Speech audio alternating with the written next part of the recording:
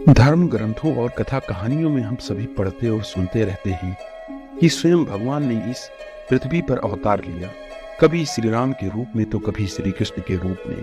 यह जानकर हम सभी रोमांचित हो उठते हैं और उनके बारे में ज्यादा से ज्यादा जानने की कोशिश करते। लेकिन तभी मन में एक सवाल उठता है कि अगर वो भगवान थे तो उनकी मृत्यु कैसे हुई? भगवान तो अमर होते हैं। रामायण में एक घटना का वर्णन आता है कि श्री राम को न चाहते हुए भी जान से प्यारे अपने अनुज लक्ष्मण को मृत्यु दंड देना पड़ता है। आइए जानते हैं आखिर क्यों भगवान राम को लक्ष्मण को मृत्यु दंड देना पड़ा। भगवान श्री राम की मृत्यु की कथा और प्रसंग पद्म पुराण में मिलता है। जब भगवान राम का पृथ्वी से वापस लौटने का समय आया तो एक दिन काल का एक दूत वृद्ध संत का वेश रखकर अयोध्या पहुंचा और भगवान राम से अकेले में कुछ चर्चा करने की इच्छा प्रकट की। श्री राम समझ तो सब गए थे, किंतु उन्हें एक संसार के नियमों और परंपरा का भी पालन करना ताकि उनका वैकुंठ गमन एक सांसारिक घटना जैसा ही लगे। अतः वह उस संत को एक कमरे में ले गए और अपने छोटे भाई लक्ष्मण से कहा कि कोई भी उनकी चर्चा में व्यवधान न डाले।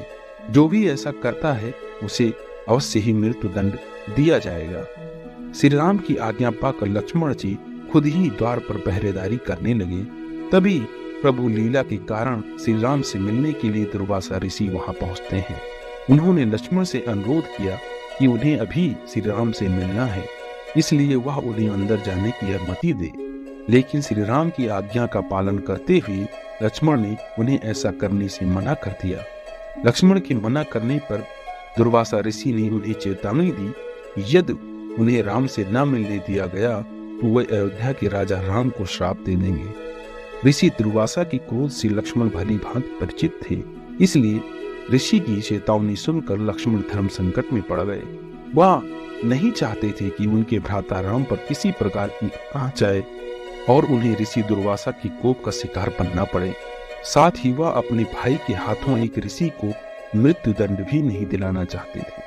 भाई राम को दुर्वासा ऋषि की क्रोध और ऋषि दुर्वासा को अपने भाई के आदेश से बचाने के लिए लक्ष्मण ने अपनी बलि देने का फैसला किया और वह कमरे में प्रवेश कर गए जहां श्री राम वृद्ध संत से वार्तालाप कर रहे थे। भले ही राम प्रभु रूप में जानते हूँ कि यह सब माया का खेल है और काल का आदेश है, लेकिन वह धर्म संकट में पड़ गए।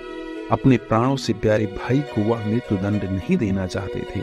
वह अपने वचन का खुद उल्लंघन भी नहीं कर सकते थे।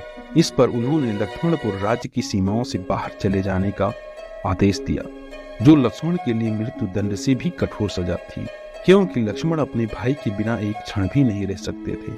उन्होंने सरयू में जल समाधि लेकर अपने प्राण त्याग दिए और अनंत शेषनाग का अवतार लेकर विष्णु लोक चले गए। जिस तरह लक्ष्मण श्री राम के बिना नहीं रह सकते थे, उसी प्रकार राम भी लक्ष्मण के बिना नहीं रह सकते। लक्ष्मण के जल समाधि लेने के बाद श्री राम ने अपना राज्य अपने पुत्रों और अपने भाई के पुत्रों को सौंपा और सरयू की ओर प्रस्थान कर गए।